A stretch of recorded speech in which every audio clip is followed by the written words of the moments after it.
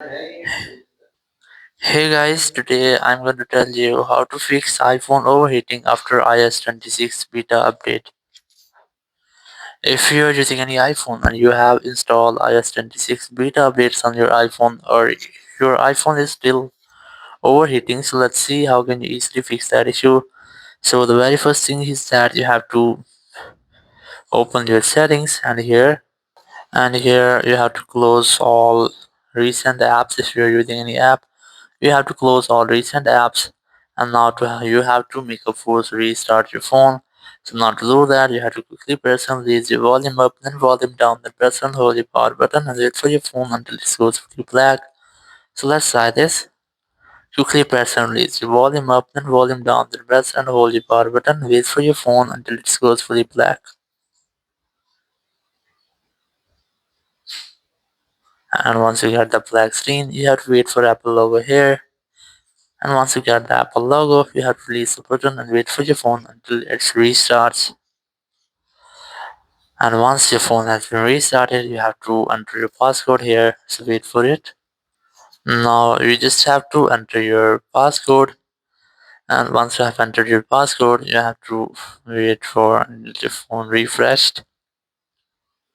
And now you just have to open up your settings and go for general, then go for background app refresh, and from here you have to turn it off, and it will block the background usage of all apps.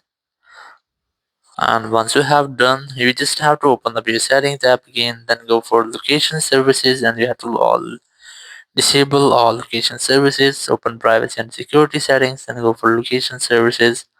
And from here you have to location services all over, or if you don't want to turn it off, you just have to select the apps, and here you have to select while using the app option.